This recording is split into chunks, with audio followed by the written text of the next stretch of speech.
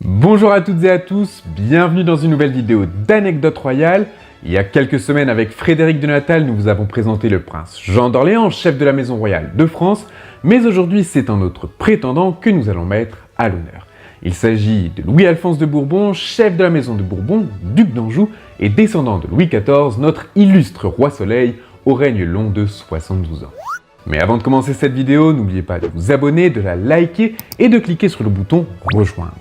N'hésitez pas non plus à aller faire un petit tour sur le site internet de Frédéric, le lien est dans la description et vous y trouverez toute l'actualité monarchie.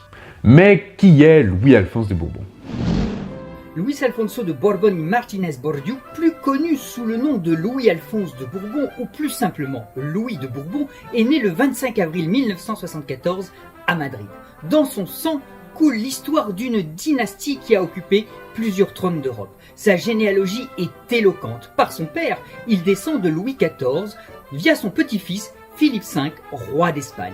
Eh bien, autant vous dire que c'est l'aîné de la maison de Bourbon, et si son arrière-grand-père, le roi Alphonse XIII, n'en avait pas décidé autrement, il aurait pu être le souverain d'Espagne à la place de l'actuel roi Felipe VI, son cousin. Enfin, par sa mère, il est l'arrière-petit-fils du généralissime Franco qui a dirigé l'Espagne de 1939 à 1975.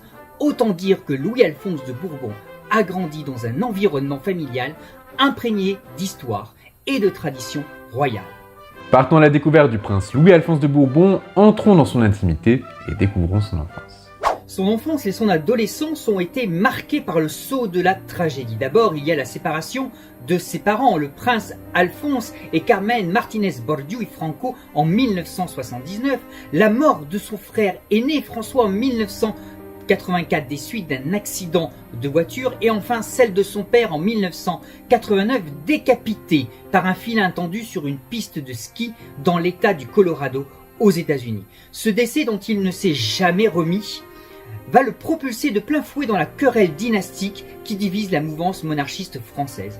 À 14 ans, il devient officiellement prétendant au trône de France pour ses partisans, les légitimistes, et reçoit sa première leçon de monarque de la part même du roi Juan Carlos, qui lui dira lors des funérailles de son père « Un roi ne pleure jamais ».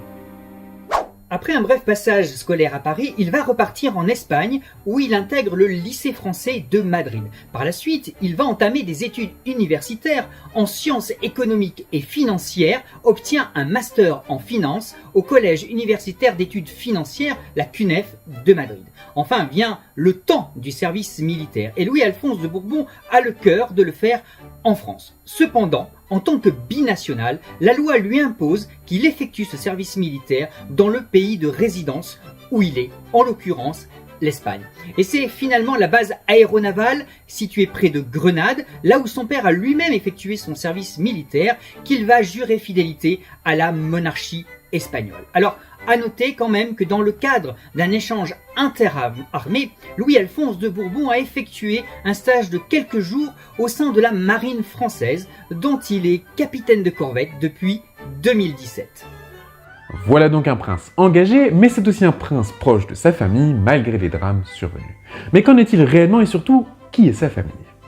Côté famille, le prince Louis-Alphonse de Bourbon a toujours été proche de ses deux grands-mères, Emmanuelle de Dampierre et Carmen Franco y Polo. Alors il a épousé Maria Margarita Vargas Santaella, la fille de Victor Vargas, le banquier officiel du régime vénézuélien. Un mariage qui a été célébré dans la République dominicaine en 2004 et qui a été plutôt prolifique. En effet, Maria Margarita et Louis-Alphonse de Bourbon sont les parents de 4 enfants. Alors d'un côté, vous avez Eugénie qui est née en 2007, Louis, dauphin de France, et Alphonse, né en 2010, et enfin Henri en 2019.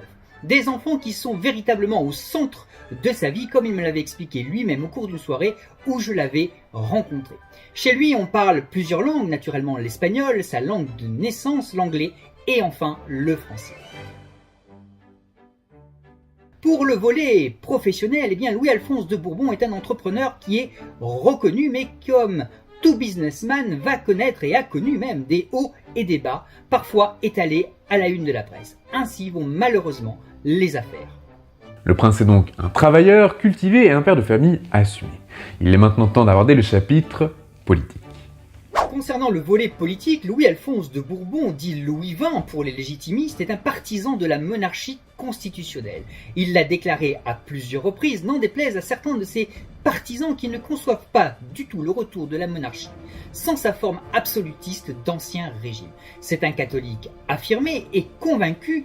Tout comme le prince Jean d'Orléans, il s'est prononcé contre tout progressisme, comme il l'a rappelé lors de ses nombreuses interventions au Congrès des familles, dont il est un défenseur avoué. Ainsi, par exemple, il s'est opposé au mariage pour tous, ne conçoit pas l'euthanasie, encore moins l'avortement. En France, il prend de rares positions politiques, mais publie cependant régulièrement des éditoriaux.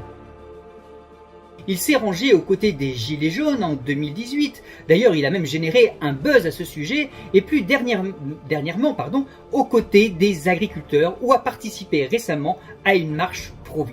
Il se dit à la disposition des Français, compte quelques soutiens notables en France parmi les journalistes ou même certains élus plutôt classés à droite, mais pas de parti se revendiquant de lui.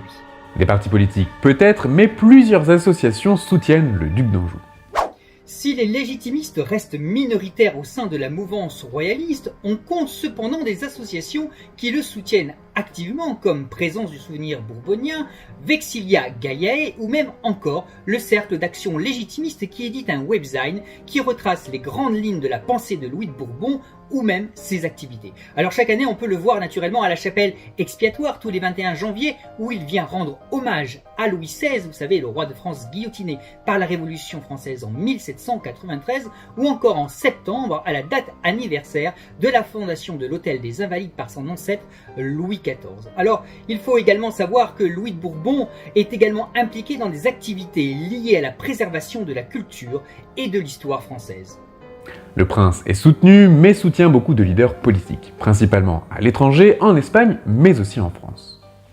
En Espagne, où il réside à l'année, entre Caracas, Paris et New York, il en va totalement autrement. Louis-Alphonse de Bourbon ne cache absolument pas du tout sa proximité avec Santiago Abascal, le leader de Vox, un ami personnel qu'il soutient à divers degrés.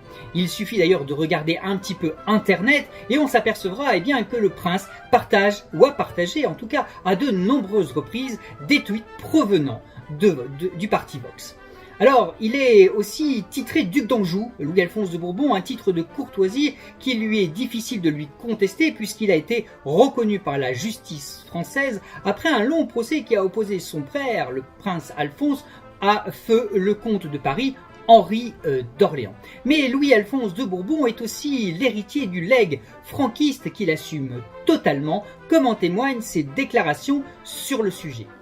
Entre 2018 et 2019, il s'est opposé au gouvernement du socialiste Pedro Sánchez qui a réussi à obtenir de la part de la justice un transfert du corps du caudillo qui jusque-là reposait dans un mausolée gigantesque dans la vallée de Los Caídos vers un plus petit cimetière de Madrid.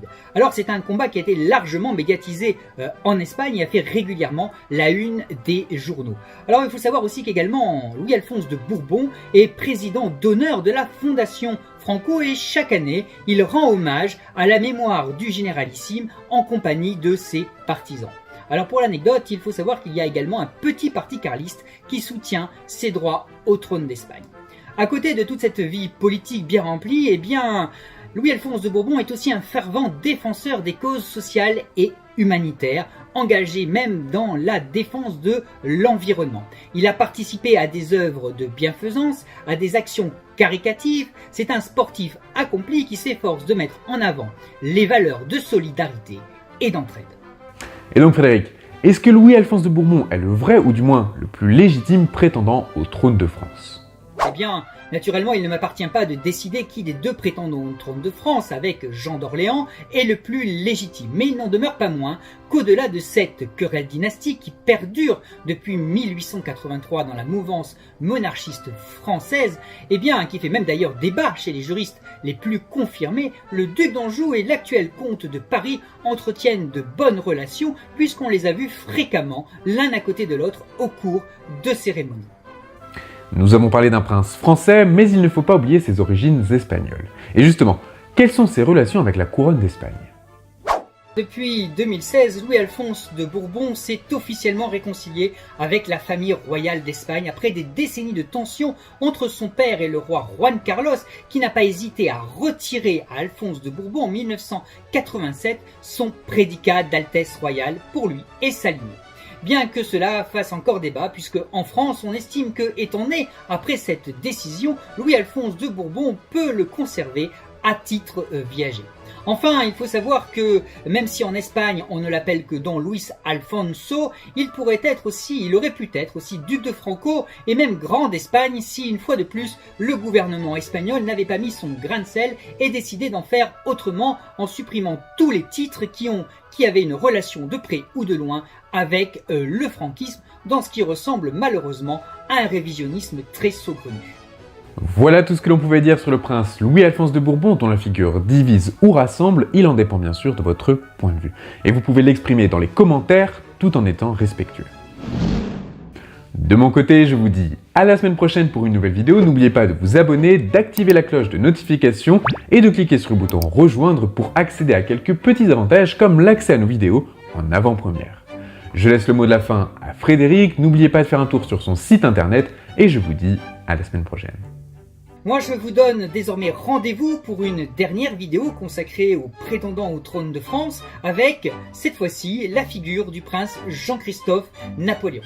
Je profite de ce moment pour vous remercier une nouvelle fois de nous suivre, puisque la vidéo entretien que nous avons réalisée avec Enzo entre le prince Joachim Murat et le prince Jean d'Orléans a atteint les 20 000 vues. Un véritable succès que nous vous devons. Eh bien, merci encore et à une prochaine fois.